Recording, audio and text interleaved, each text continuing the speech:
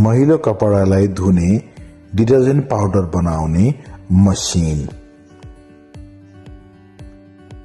आज हामी चाहिँ यो डिटर्जेन्ट पाउडर कसरी बन्छ भन्ने कुरा तपाईहरुलाई जानकारी दिन गइरहेका छौं। यो भिडियो अन्तिमसम्म अवश्य पनि हेर्नुहोला।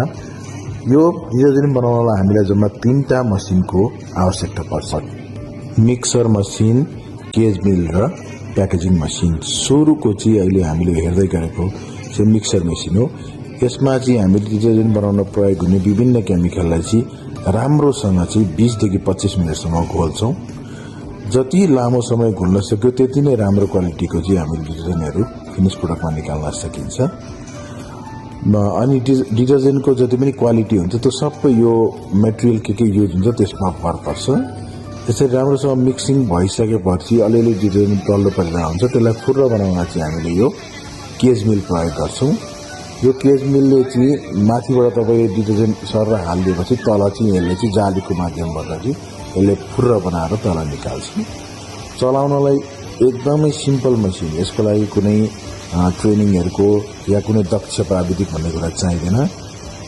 यसको फर्मुलेसनको लागि चाहिँ हामीसँग विभिन्न टेक्निशियनहरु अवेलेबल हुन्छ।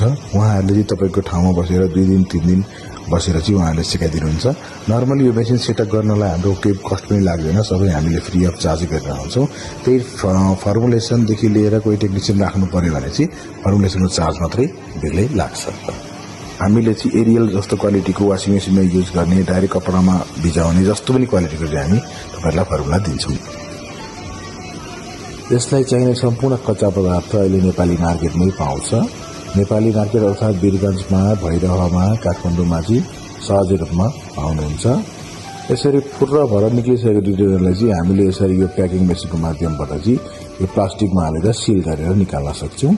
यो अहिले देखिरहेको प्याकेजिङ मेसिन चाहिँ भर्टिकल ब्यान्ड सिलर हो।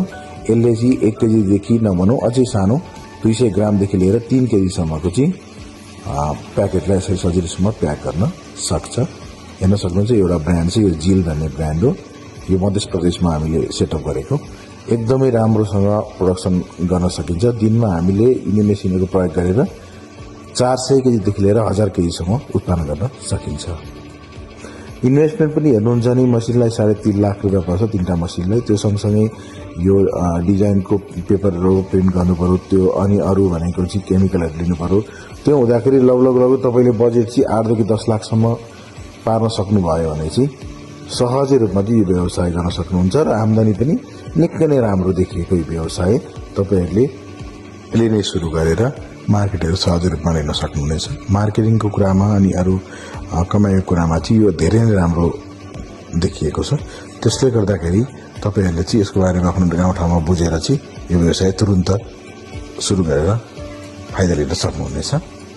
थप जानकारी चाहिएमा तपाईहरु हामीलाई डाइरेक्ट सम्पर्क गरेर बुझ्न सक्नुहुनेछ। धन्यवाद।